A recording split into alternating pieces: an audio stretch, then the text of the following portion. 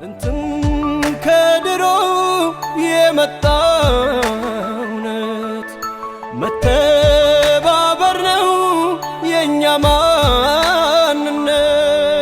ሰው የረዳ በደግነቱ ቁራሽ እንጀራ። በተባበሩት መንግስታት ድርጅት አረጋውያን የሚባሉት እድሜያቸው 60ና ከዚያ በላይ የሆኑ ሰዎች ናቸው። አረጋውያን የእድሜ ባለጸጎች ናቸው። በዚህ እድሜያቸው ውስጥ የታመቁ እውቀቶች፣ ልምዶችና ጥበቦች ይገኛሉ። አረጋውያን ለዚች ሀገር ታላቅ ባለውለታ ናቸው።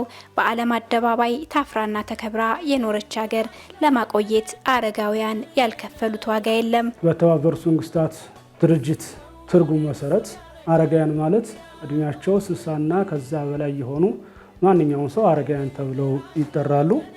እንግዲህ አረጋውያን የማንኛውም ማህበረሰብ መሰረት፣ ታሪክና ህያው ቤተ መጻሕፍት ወይም ደግሞ ሂውማን ሊቪንግ ክሬቸርስ የምንላቸው ናቸው።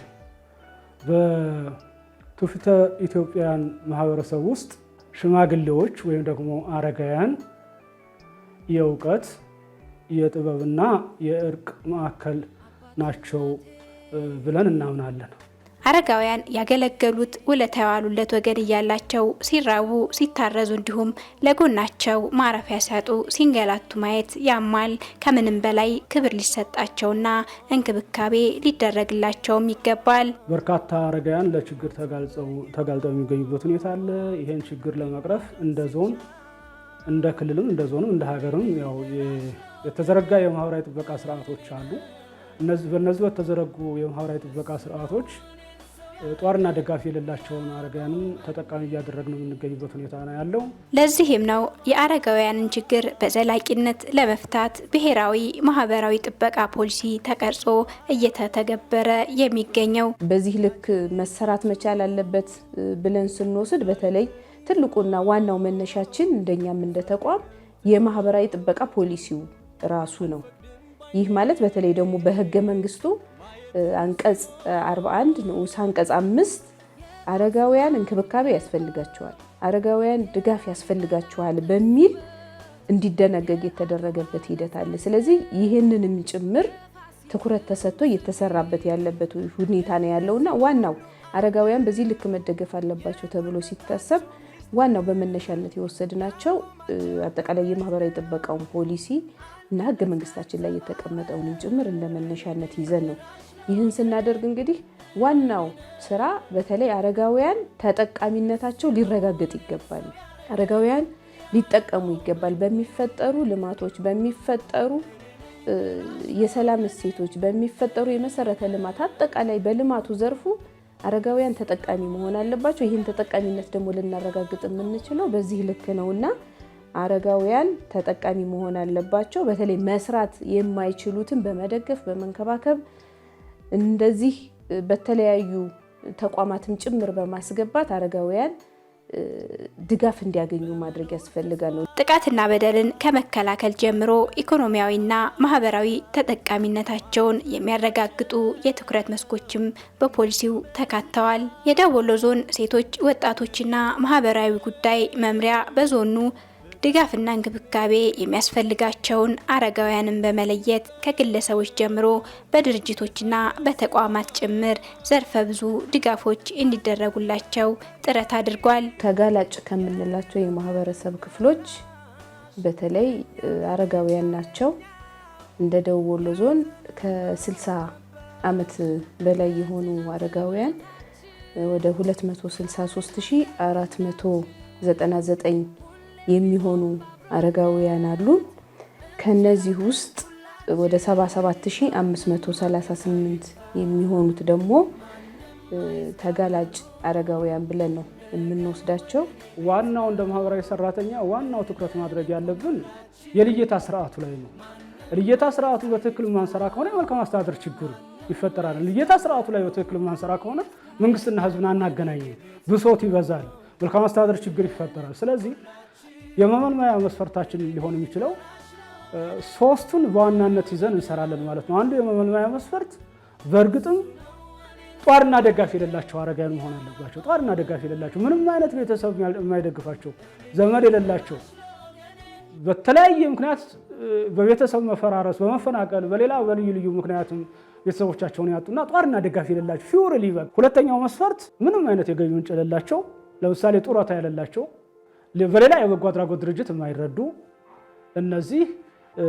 ሶስተኛው የእድሜ ሁኔታን ስንመለከት 60ና ከዛ በላይ የሆኑ አረጋውያንም ሆነው ሊሰሩ የሚችሉ ይኖራሉ። ነገር ግን የመስራት አቅም ውስንነት በጤና መታወክ ምክንያት እነዚህን የመስራት አቅም ውስንነት ያለባቸው እነዚህን ሶስቱን እንደ መስፈርት በዋናነት መስፈርት አድርገን እንወስዳቸዋለን። በሁሉም አካባቢ ተጠቃሚዎቻችን በእነዚህ መስፈርት መሰረት ይለያሉ። እንግዲህ እነዚህን ተጋላጭ አረጋውያን በተለይ ደግሞ ለከፋ ችግር ተጋላጭ የሆኑትን አረጋውያን ለመደገፍ በመንከባከብ የማህበራዊ ጥበቃ አገልግሎት እንዲያገኙ ለማድረግ በርካታ ስራ እንደ ዞናችን እየሰራን ያለንበት ሂደት ነው ያለው። ከዚህም ውስጥ አንዱና የመጀመሪያው በተለይ እነዚህ የማህበረሰብ ክፍሎችን በሴፍትኔት ፕሮግራም ተጠቃሚ እንዲሆን የማድረግ ስራ ነው እየሰራን ያለ ነው። ከ50 ሺህ አካባቢ የሚደርሱ አረጋውያንን በተለይ ደግሞ ጧሪ ደጋፊ የሌላቸው አቅመ ደካማ የሆኑ አረጋውያንን በቋሚ ድጋፍ እየተደረገላቸው ያለበት ሂደት ነው ያለው። በቃሉ ወረዳና በሀይቅ ከተማ አስተዳደር አረጋውያንን ከመደገፍ አንጻር አርአያ የሆኑ ሰናይ ጅማሮች በዚህ ፕሮግራም ለመቃኘት ተሞክረዋል።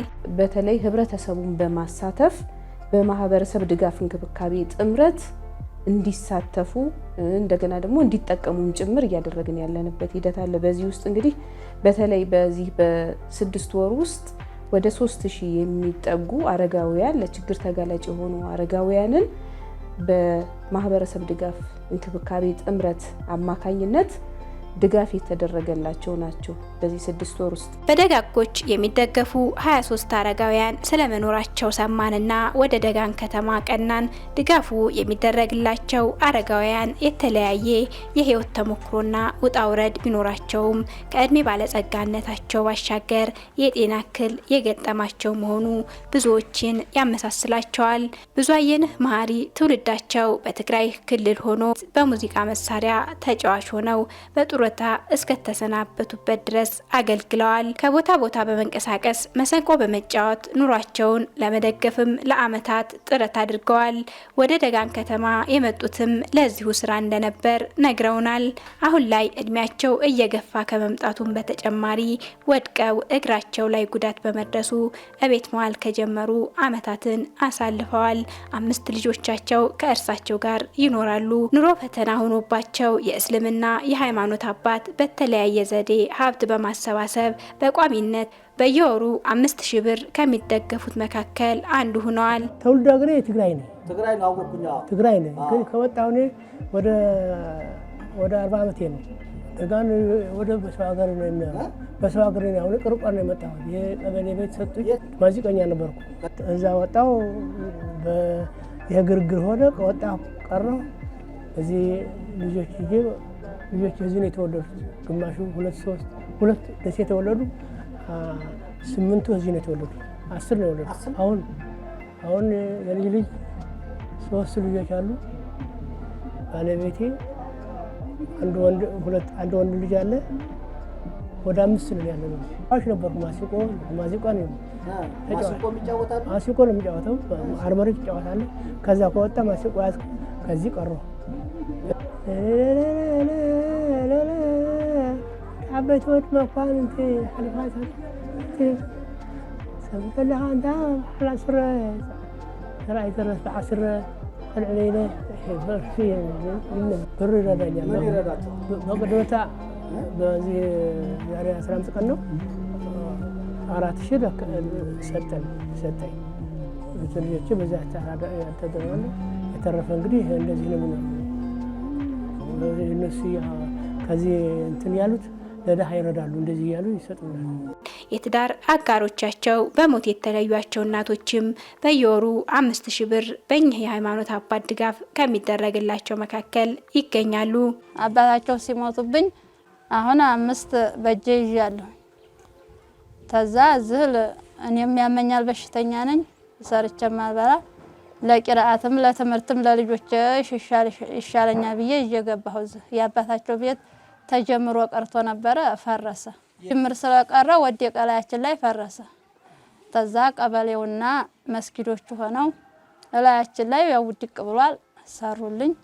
የምኖረውም እነሱ ረድተውኝ ነው።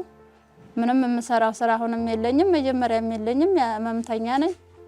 ያው በእነሱ እርዳታ ነው ያለሁት። አልሐምዱሊላህ አጅራቸውን አላህ ይስጥልኝ። ደመወዛቸውን በእነሱ ግዲያፍ፣ እስክርቢቶ፣ ደብተር ሁሉንም አሟልተው ባላቸው ነገር እነሱ ረድተውኝ ነው። ዘይትም ነው ዱቄትም ሱካርም ብርም በወር 5000 ይረዱኛል።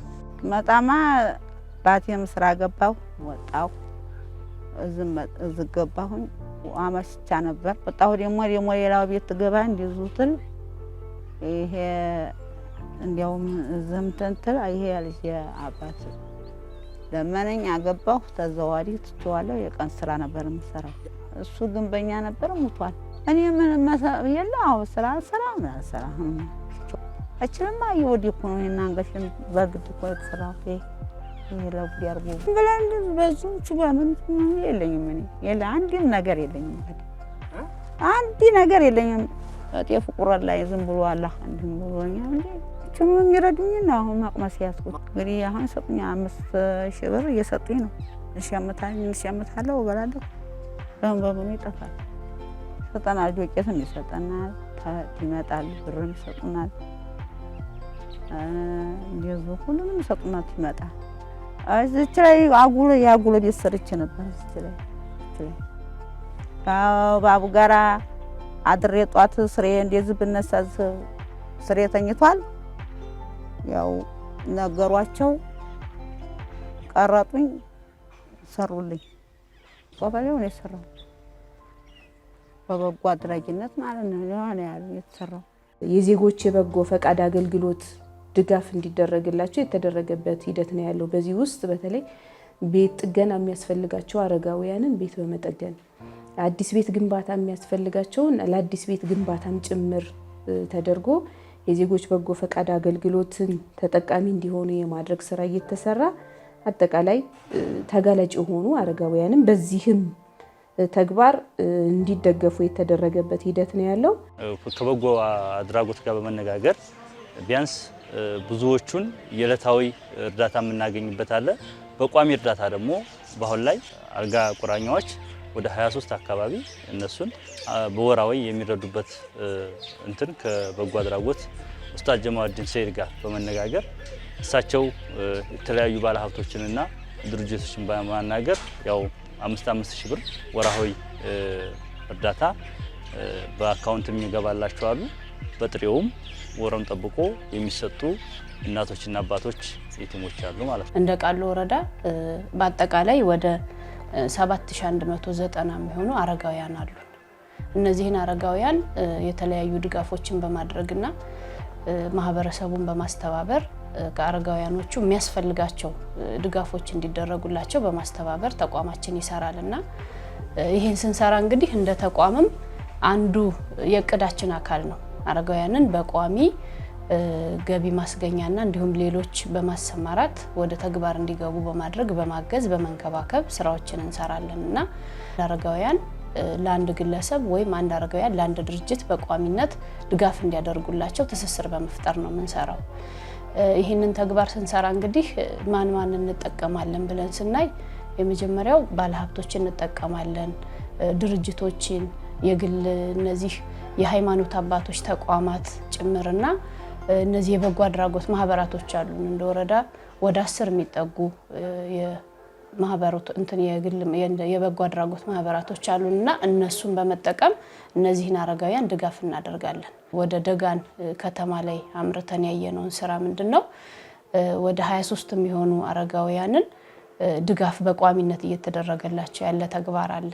ይሄ ተግባር ምንድነው እንግዲህ ይሄን ተግባር የሚያስተባብሩት የሃይማኖት ተቋማት ላይ ያሉ ኡስታዞች እንደዚህ በጎ አድራጎት ላይ የተሰማሩ የግል ባለሀብቶችን በማስተባበር ጭምር አንድ አረጋውያን ለአንድ ግለሰብ ወይም ለአንድ ድርጅት በሚለው መርህ በዛ መሰረት ድጋፍ እያደረጉላቸው ይገኛሉና ለእያንዳንዱ አረጋውያን በወር 5000 ብር በቋሚነት ይደግፏቸዋል ማለት ነው። ይሄ የሚቀጥል ተግባር ነው፣ የሚቋረጥ አይደለም፣ ቋሚ ነው። አረጋውያን ከዚህ ድጋፍ ውጭም የምናረጋቸው ድጋፎች አሉ። ለምሳሌ በክረምት በጎ ፍቃድ ስራዎቻችንና የበጋ በጎ ፍቃድ ስራ ላይ የመጀመሪያ ተጠቃሚዎች እነዚህ አረጋውያን ናቸው። ቤት የሌላቸውን ቤት በመገንባት አልባሳት የሌላቸውን አልባሳት አሰባስቦ በመስጠት የምግብ አስቤዛ የሌላቸውን ማድ በማጋራት እንደወረዳ በዚህ አመት ለየት ባለ መንገድ ለአንድ አረጋውያን 25 ኪሎ ዱቄት በሚል በየቀበሌው 10 አረጋውያን አስለይተን በ37ቱም ቀበሌ ድጋፍ ማስደረግ ችለናል። ወደ ሀይቅ ከተማ ስናቀና ደግሞ እድር የወደቁ እናቶችን በቋሚነት የገንዘብ ድጋፍ እንዲሁም ደግሞ አልፎ አልፎ ሌሎች ድጋፎችን በማድረግ አረጋውያንን የመታደግ ሰናይ ተግባር እያከናወነ አግኝተናል። የግል ድርጅቶች፣ መንግስታዊ ያልሆኑ ተቋማት፣ ራሱ የመንግስት ተቋማት እነዚህን በማስተባበርም ከፍተኛ የሆነ ድጋፍ እየተደረገበት ነው ያለው። ወደ 8062 የሚሆኑ አረጋውያንን በእነዚህ ዘላቂ የሆነ ድጋፍ ጭምር ነው የሚደረግላቸው።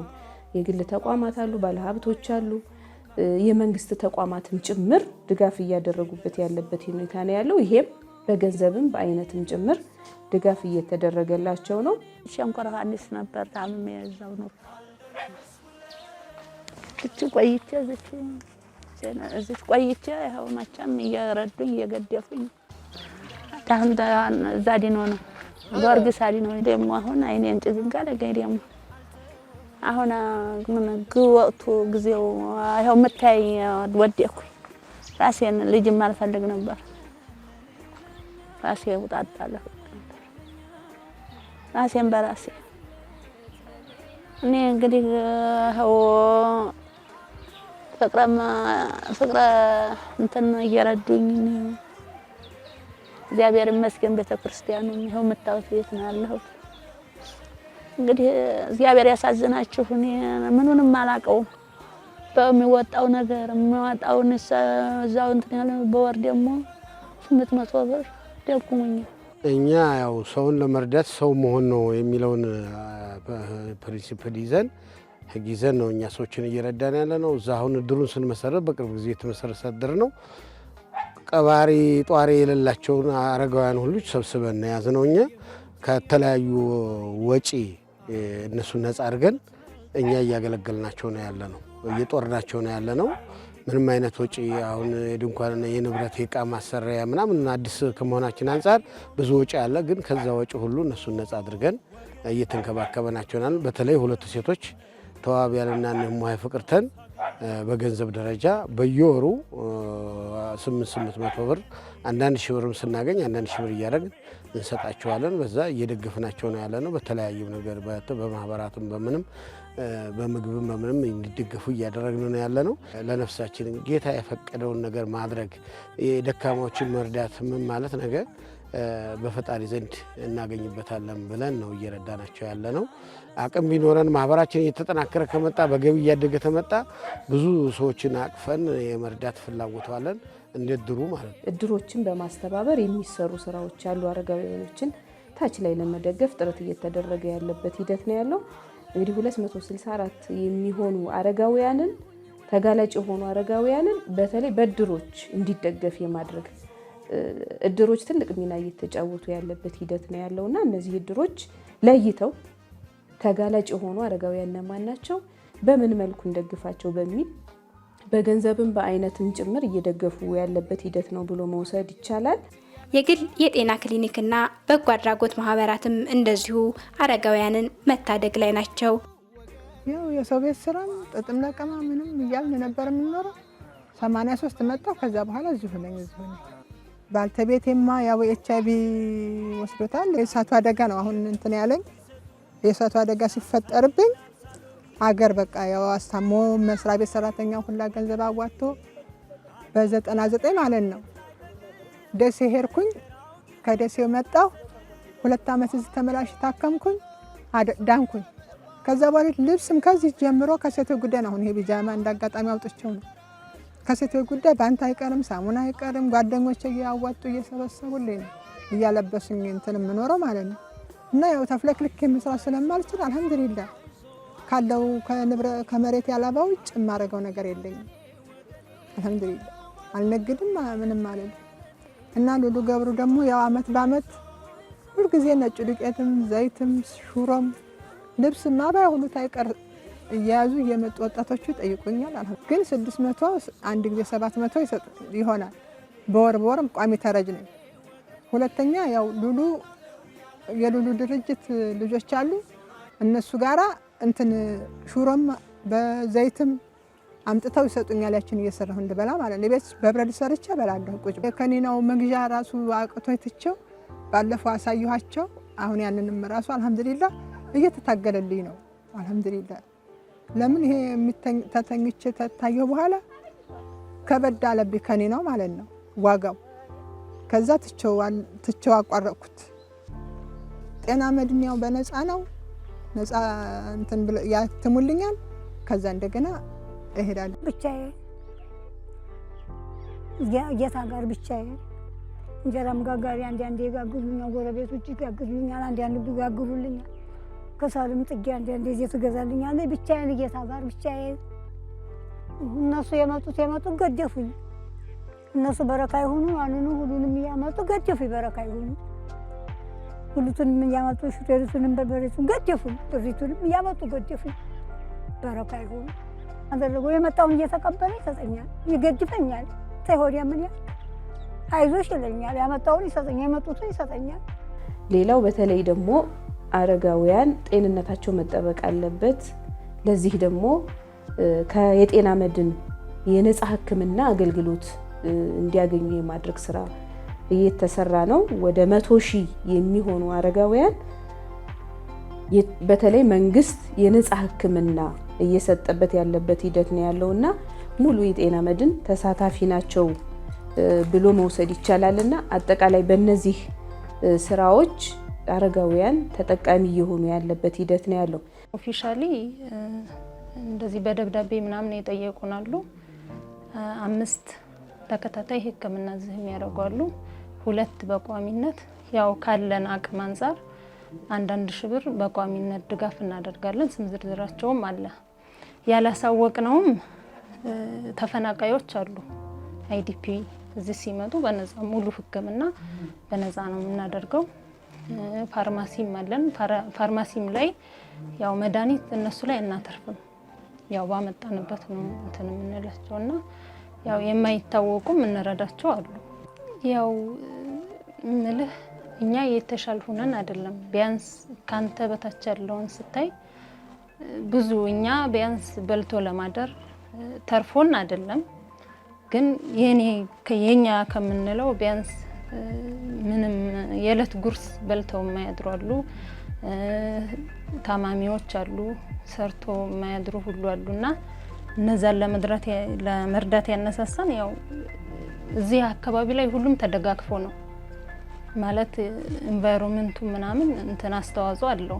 እንደዚህ አሁን አይተህ ከሆነ መንገድ ላይ የሆነ ሰው ወርቆ ካየ ያው አሁን ከጦርነቱም ወደ ትንሽ እንትን አለ እንጂ ሰውን ለመርዳት ማለት ወሎየም ስለሆነ ይመስለኛል እሱ ነገር አስተዋጽኦ አለው። እውነት ነው። ይሄን በሚሉት ማለት ሰው ተርፎት ብቻ አይደለም ማድረግ ያለበት።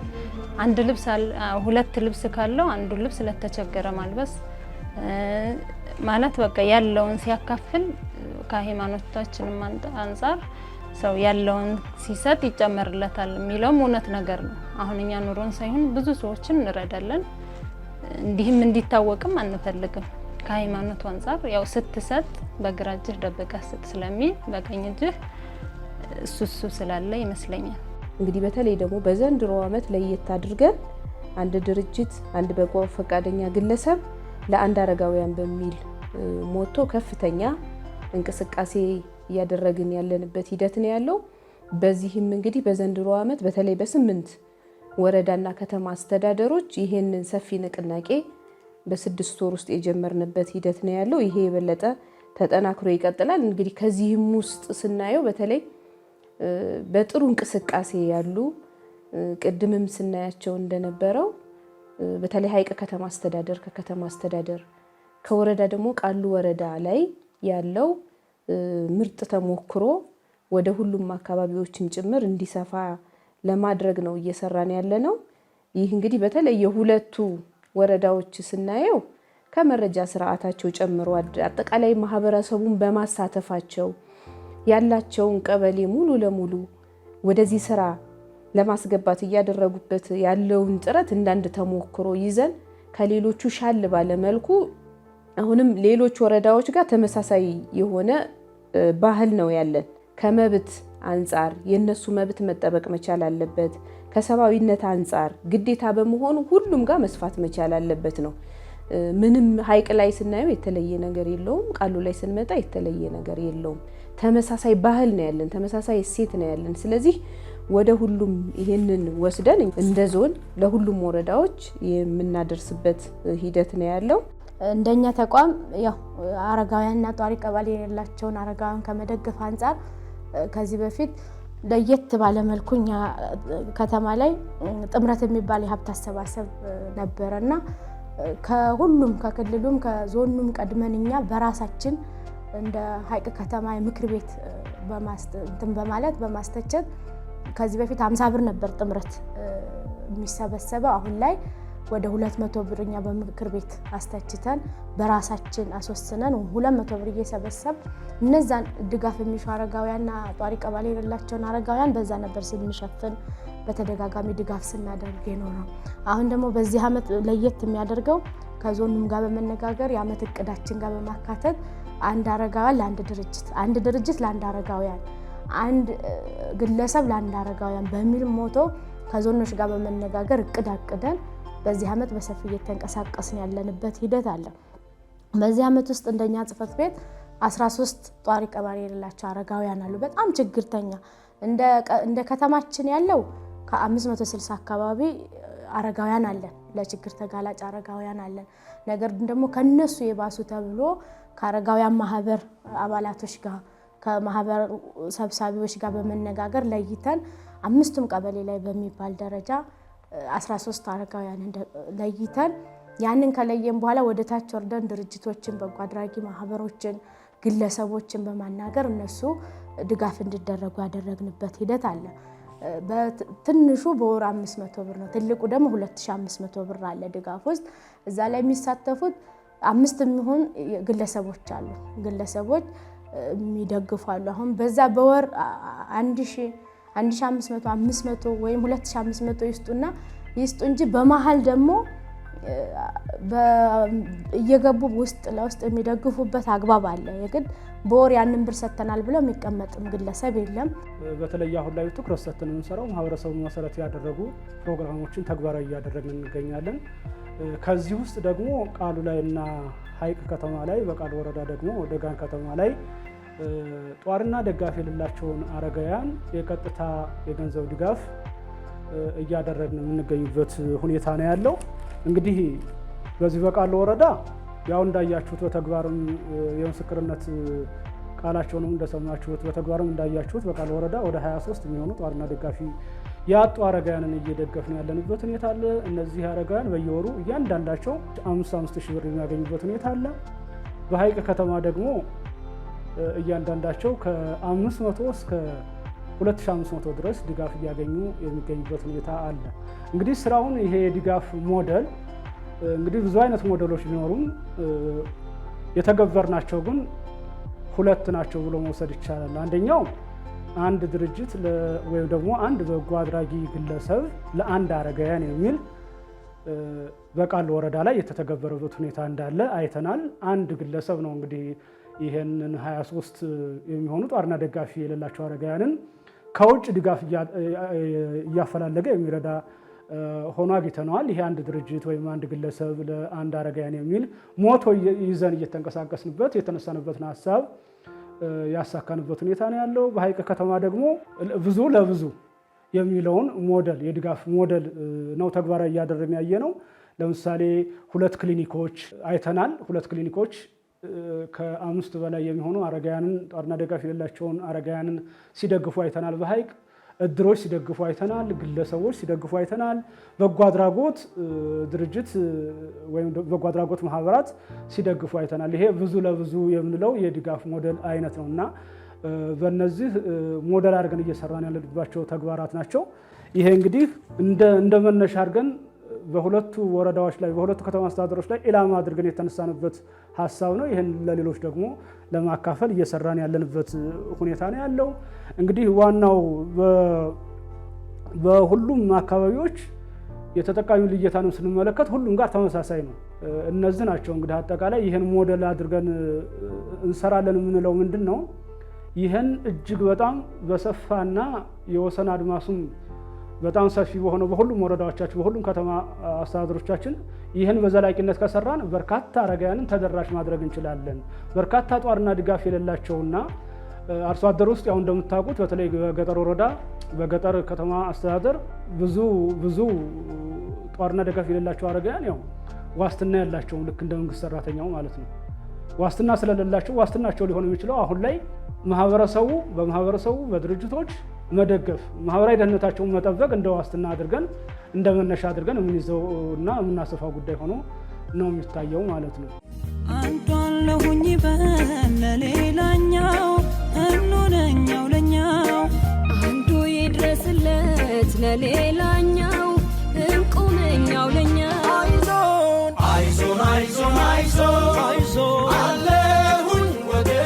አለሁኝ ወገኔ እኔ አሁን ይህን ያለኝ መልእክት ህብረተሰቡን ማንቃት ይጠይቃል። እናቶቻችን ናቸው፣ ለሀገር ልማት ለሀገር አስተዋጽኦ ያደረጉ ናቸው። እነዚህን ሰዎች መንከባከብና መጦር ያለብን አሁን ያለው ትውልድ ነው። ይህ ትውልድ ደግሞ ማወቅ መቻል አለበት። በተለይ በሃይማኖት ተቋማት በእንትን ላይ መሰበክ ያለበት ይመስለኛል። ሜቢ የተወሰነ ሰው የተወሰኑ ደካሞችን መርዳት የሚችልበትን መንገድ እየተደራጀ ምን እያለ የሚረዳበትን መንገድ እንዲመጣ አዌርነስ ወይም ግንዛቤውን የመፍጠር ስራ ማህበረሰቡ ላይ መሰራት ያለብን ብዬ እንትን ይለኛል። ከቀበሌ ከወረዳ እስከ ቀበሌ ያለው አካል ትኩረት ሰጥቶ እነዚህ ሰዎች በልዩነት መጠቀም አለባቸው ብሎ አስቦ እየሰራ ያለበት ሁኔታ ነው ያለው እና ማህበረሰቡን በዛ ልክ ይዞ ነው እየሰራ ያለው። አሁን እኛ አካባቢ ምን የተለመደ ነገር አለ? ጅሙዓ በመጣ ቁጥር ለሚስኪኖች ሰደቃ ይሰጣል። ያለው ፍየል አርዶ ምግብ ሰርቶ ሊያበላ ይችላል። የሌለው ዱቄት ዘይት ሊሰጥ ይችላል። ያለ ደግሞ ሌላው አልባሳት ሊያጋራ ይችላል እና የመጀመሪያ ትኩረታቸው ቅድሚያ የሚሰጡት አረጋውያኖችን ነው። ይሄ ደግሞ በቃ ይበል የሚያሰኝ ተግባር ነው። ምክንያቱም እነዚህ ሰዎች አገልግሎታቸውን ኦልሞስት ጨርሰው አሁን መጦር ያለባቸው ሰዎች ናቸውና አሁን ላይ ጧሪ ቀባሪም ስለሌላቸው በዛ ልክ ተቀናጅተን እየሰራን ያለንበት ነው ያለነውና እንግዲህ ያው ተግባሩን ስኬታማ ለማድረግ ወሳኝ የሆኑ ጉዳዮች ክሪቲካል ሰክሰስ ፋክተርስ የምንላቸው ብዙ ቢሆኑም ዋና ዋናዎቹን ለመጥቀስ ያህል ግን ለችግር ተጋላጭ ማህበረሰብ ክፍሎችን የመርዳት የመደገፍ ባህልና ሃይማኖት ያለን አካሎች ነን። ስለዚህ ከማህበራዊ እሴቶቻችን ከጥንታዊ ስርዓቶቻችን ጋር በጥብቅ የተሳሰሩ ናቸው እነዚህ የመረዳዳት የመደጋገፍ ባህል ማለት ነው እና ባህላችን እኔ ለራሴ ከሚለው የግል ፍላጎት ይልቅ እኛ ለሁላችን የሚል የጋራ ተጠቃሚነት ላይ ያተኮረ ባህል አለን እና ዋናው በዋናነት በኢትዮጵያ ያለውን ጥብቅ የመረዳዳት ባህል በሚከተሉት ዋና ዋና ነገሮች ልንገልጻቸው እንችላለን። ከብዙዎቹ ማለት ነው። አንዱ ማህበራዊ ተቋሞቻችን ስንመለከት አሁን ለምሳሌ እድርን እንመልከት። እድር ላይ ከፍተኛ የሆነ የመረዳዳት የመተጋገዝ ባህል እንዳለ ማየት እንችላለን። እቁብን ብንመለከት እንደዛው ነው። ደቦን ብንመለከት በገጠሩ የኢትዮጵያ ክፍል እንደዛው ነው። እነዚህ ማህበራዊ ተቋማቶች የመረዳዳት የመተጋገዝ አብሮ የመኖር ባህልን አብሮ የመረዳዳት የተቸገረውን የመርዳት ባህል እንዳለን ያመላክታሉ። ሁለተኛው የሃይማኖት እሴቶቻችን ስንመለከት ለምሳሌ ምጽዋት፣ ዘካ አሁን ከረንትሊ እየሰራን ያለነው ደግሞ የማዕድ ማጋራት ስራ ከዚህ ከሃይማኖት እሴቶቻችን የመነጩ ናቸው ማለት ነው እና በአጠቃላይ ያለን የመረዳዳት ባህልና ሃይማኖታዊ እሴቶቻችን እጅግ በጣም ጤናማ የሆኑ እጅግ በጣም ሰላማዊ የሆኑና ስር የሰደዱ እሴቶች ያለን የማህበረሰብ ክፍሎች በመሆናችን ዋነኛውን ድርሻና ለስራችን ስኬታማ እንዲሆን የረዱን ባህላዊና ሃይማኖታዊ እሴቶቻችን ናቸው እንደ ትልቅ መነሻ። ከዛ አልፎ ወደ አሰራር ስንገባ እንግዲህ በተጨማሪነት የምንገልጻቸው አንዱ ግልጸኝነትና ይህን ስራ በግልጸኝነትና በታማኝነት እየሰራን ያለን መሆኑ ነው። ገንዘቡን የሚደግፉ ለጋሾች በራሳቸው ነው የሚደግፉት። ማንም ጣልቃ ሳይገባ እንደ መነሻ ስለሆነ አሁን እየሰራን ያለ ነው። ማንም ጣልቃ ሳይገባ ለጋሾቹ ወይም ደግሞ በጎ ፈቃዱ ያላቸው ግለሰቦች፣ ድርጅቶች፣ የማህበረሰብ አቀፍ ተቋማት፣ የመንግስት ተቋማት የሚገኙ ሰራተኞች፣ ባንክ ተቋማት ውስጥ የሚገኙ ሰራተኞች፣ ክሊኒክ ያላቸው የድርጅት ኃላፊዎች፣ ባለሀብቶች ማንም ጣልቃ ሳይገባባቸው ችግረኞችን በራሳቸው አግባብ የሚረዱበት ሁኔታ አለ። የኛ የመንግስት ተቋማት ባለሙያዎችና ሰራተኞች ኃላፊነት እዚህ ላይ ገንዘቡ በትክክል እየተረዱ ነው ወይ? ደጋፊዎችና ተደጋፊዎች በትክክል ይተዋወቃሉ ወይ? እንደገና ደግሞ ደጋፊዎችን የፕሮግራማችን በአመት አንድ ጊዜ እየተገናኘን የፕሮግራማችን አምባሳደሮች የምናደርግበት ሁኔታ እንዲኖር በግልጸኝነትና በታማኝነት መስራት፣ ይሄን የግልጸኝነትና ታማኝነት ስርዓትን መዘርጋት አንዱ በተጨማሪነት የምንሰራው ስራ ነው። ሁለተኛ የተጋላጭ መረጃ አለን። ሁሉም ላይ እንዳያችሁት ለምሳሌ ደጋ ላይ ብንሄድ ችግረኞች በፎቶግራፍ በአድራሻቸው እና በችግራቸው አይነት ተዘርዝሮ ኬዝ ስቶሪ ተሰርቶላቸው ለደጋፊ እንትኖች እየተላከ ድጋፍ የሚያገኙበት ሁኔታ እንዳለ አይተናል። በሀይቅም ተመሳሳይ ሁኔታ ነው ያለው። አጠቃላይ ስኬታማነታችን የሚያሳየው ምንድን ነው? እኛ እንደ እቅድ በ8 ወረዳ በዚህ ዓመት ስለጀመረ በ8 ወረዳ አራት ጧርና ደጋፊ የሌላቸውን አረጋውያን ተጠቃሚ እናደርጋለን ብለን አስበን፣ ነገር ግን በሁለት ከተማ አስተዳደሮች በቃሉ ወረዳ በሚገኝ የደጋን ከተማ አስተዳደር እና በሀይቅ ከተማ አስተዳደር በሁለቱ ከተማ አስተዳደሮች ብቻ 36 ጧርና ደጋፊ ያላቸውን አረጋውያን ተጠቃሚ ማድረግ ችለናል። ይህ ማለት እጅግ በጣም 4 እጥፍ ማለት ነው።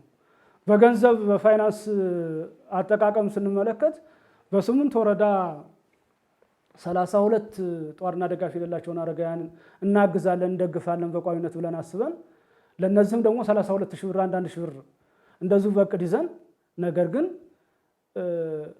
ለ36 አረጋውያን ከ500 ብር እስከ ለእያንዳንዳቸው ከ500 ብር እስከ 5000 ብር በማድረግ አጠቃላይ ወደ 32 ሺህ ቅድ ይዘን የነበረውን በ8 ወረዳ ነገር ግን በሁለት ከተማ አስተዳደር 130,800 ብር በወር እየደገፍ ያለንበት ሁኔታ ነው ያለው። እንግዲህ ይሄ ትልቅ ስኬት ነው። በሌሎች በቀሩት ከተማ አስተዳደርና 20 ወረዳዎች እጅግ በጣም ሰፊ ስራ መስራት እንደምንችል ያመላክተናል ማለት ነው እና በእውነትም ትልቅ ስኬት ነው። አረጋውያንን ማክበር ያስፈልጋል። ከምንም በላይ መንከባከብ ጭምር ያስፈልጋል። ይህን ስናደርግ ለነሱ ብቻ አይደለም ይህንን የምናደርገው። አንደኛ አጠቃላይ ባህላችን እሴታችንን ይጠብቃል። ይሄ በራሱ ማለት ነው። በዚህ ልክ ስንደግፍ ስንንከባከብ ባህሎቻችን እሴቶቻችን እንዲሸረሸሩ አይሆኑም። ስለዚህ በባህሎቻችንና በእሴቶቻችን በርካታ ስራ መስራት እንችላለን። አንድ አረጋውያንን መደገፍ ነው እንደ ሀገር አጠቃላይ ደግሞ ያሉንን ባህሎችን እሴቶቻችን ጭምር እንዲጠበቁ ያደርጋልና አረጋውያንን መንከባከብና ማክበር ከመቼውም በላይ ተጠናክሮ ሊቀጥል ይገባል ነው። ይሄ ስራ ሰብአዊነትን የሚያንጸባርቅበት ሂደት ስላለ ይሄ አረጋውያንን መንከባከብ ማክበር ከምንም በላይ ለኛ የተሰጠን ስለሆነ እኛም ወደዛ እድሜ ነው የምንሄደው። በዚሁ የምንቀርበት ሁኔታ የለም። ስለዚህ እኛ ነገ ጧት እኛ በሰራ ነው ነገ ጧት ደግሞ እኛ ሊንከባከብ የሚችል ትውልድም ጭምር እየፈጠርን ስለሆነ መሄድ ያለብን ይሄ አጠቃላይ ከሰብአዊነት አንጻር ተጠናክሮ መቀጠል መቻል አለበት። ይሄ ሁሉም ሰው ሊያበረታታው ሊደግፈው እንዲሁም ደግሞ ተግባራዊ ጭምር ሊያደርገው የሚገባ ጉዳይ ነው። ሌላው ለመጪው ትውልድ መልካም አብነት የሚሆን ተግባር በመሆኑ ሁሉም ድርሻውን መወጣት አለበት። አሁን ይሄ ስራ ዛሬ ላይ የሚቆም አይደለም። እኛ ስንሰራው እኛ ተግባራዊ ስናደርገው እኛን የሚከተሉ ትውልዶች ከኛ እየተረከቡ ነው የሚሄዱት። ስለዚህ የመጪውን ትውልድ ግንባታ ሂደት እየገነባን እየሄድን ያለንበት ማለት ነው። ስለዚህ ይሄንን እያሳየን ስንሄድ እየገነባን ስንሄድ ትውልዱም ይሄን እየተቀበለ እዚህ ያደረሱ አረጋውያን ብዙ ሰርተዋል፣ ብዙ ደክመዋል። ስለዚህ በማረፊያቸው ሰዓት በመንከባከቢያቸው ሰዓት ምቹ ሁኔታ ነው መፍጠር መቻል ያለብን። ይሄንን ያሁኑ ትውልድ እያየ ሲሄድ እየተረከበ የሚሄድበት ይሄዳል ሁኔታ ይፈጠራል። ስለዚህ የትውልድ ግንባታ ሂደታችንንም ጭምር እያነጸ የሚሄድበት ሂደት ነው ያለው። ስለዚህ ለዚህ ደግሞ ሁሉም ርብርብ ማድረግ አለበት። በቃሉ ወረዳና በሐይቅ ከተማ ጅምር አረጋውያንን የመደገፍ ተግባር ሊበረታታ የሚገባው ነው። ይሁንና አሁንም ገና ወገን ያልደረሰላቸው የአልጋ ቁራኛ የሆኑ አረጋውያን አሉና ከዚህ በላይ መስራት ይጠይቃል። ሌሎች ወረዳዎችና ከተማ አስተዳደሮችም ከቃሉና ከሐይቅ ትምህርት ወስደው የበለጠ በመትጋት በየአካባቢው የሚገኙ ጧሪ ቀባሪ የሌላቸውን አረጋውያንን የመደገፍና የመንከባከብ ኃላፊነታቸውን በአግባቡ ሊወጡ ይገባል እያል ዝግጅታችንን በዚሁ ቋጨን። ሰላም። አይዞን አይዞን አይዞን አለሁኝ ወገኔ አለሁኝ